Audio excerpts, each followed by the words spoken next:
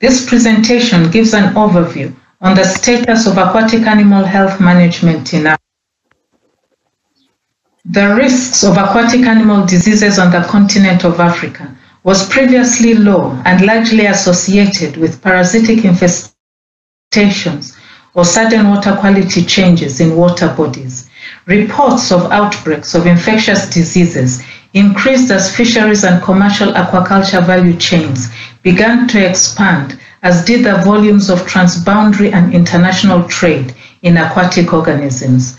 The rapid expansion of commercial aquaculture, whereby new, more intensive production and marketing systems were adopted, demanded a congruent change in inputs, services, knowledge, and skill needs.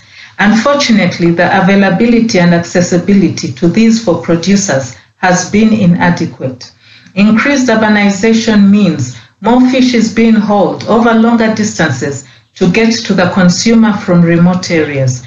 The negative impacts of urbanization, environmental degradation, increased pollution, and climate change on aquatic ecosystems create stressful environmental conditions which predispose aquatic animals to disease.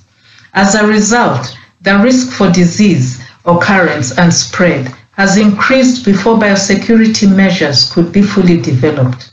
The need for strengthening biosecurity control against aquatic animal diseases on the continent cannot be disputed under the current circumstances. Establishing and implementing biosecurity control measures for Africa is no easy feat. The continent is as large as it is diverse.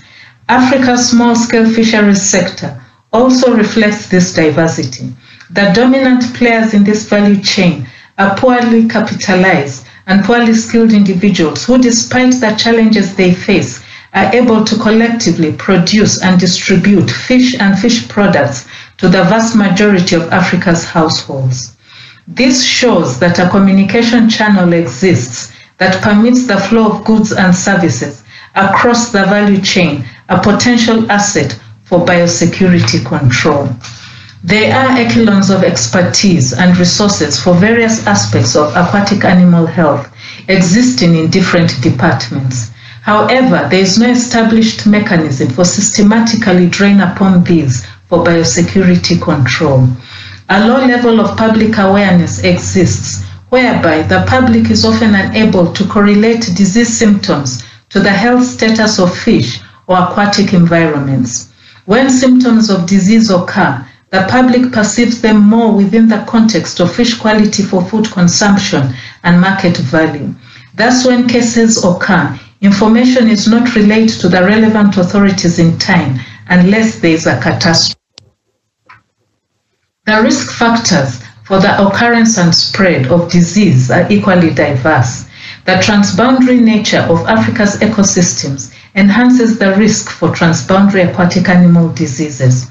The EUS and WSSV disease outbreaks spread within the connected Okavango-Zambezi River basins, and the Mozambique Channel illustrates this.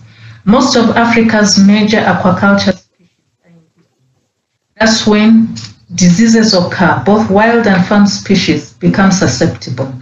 Early detection and diagnosis become critical elements for control under such circumstances to prevent spread. The short and long-term impacts of aquatic animal disease outbreaks have been as diverse as they are expansive.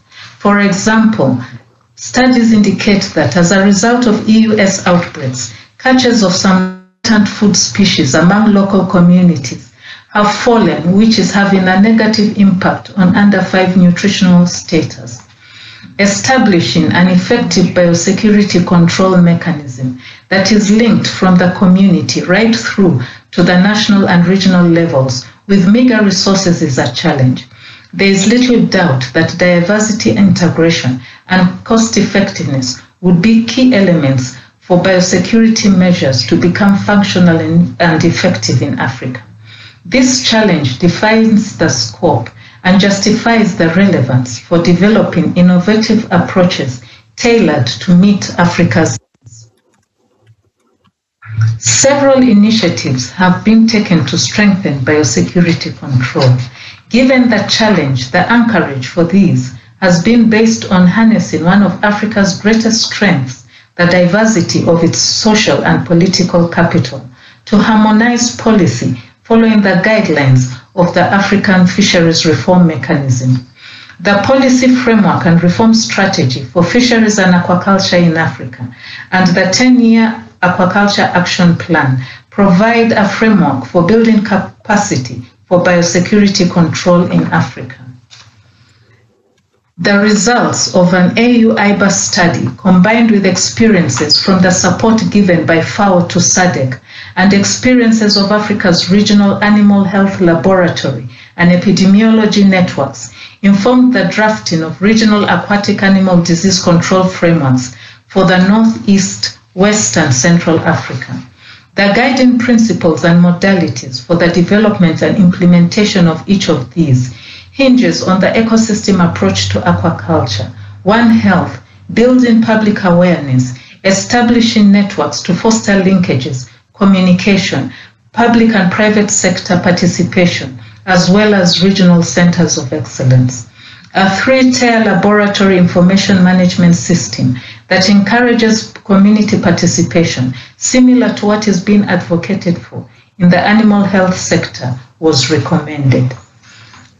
Additionally, more fishery and veterinary institutions and government departments are including fish health and biosecurity in their curricula, research, extension messages, and policies.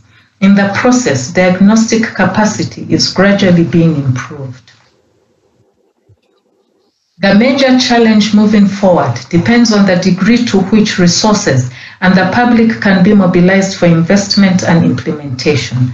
Applied research to develop appropriate practical solutions applicable to the different scenarios, capacity of actors in the value chain to adopt and implement recommended biosecurity measures by equipping them with practical knowledge and skills, providing guidelines, strengthening diagnostic capacity, networks, and communication channels, sustaining public interest and investment by ensuring positive gains accrue from adopting best practices on biosecurity control.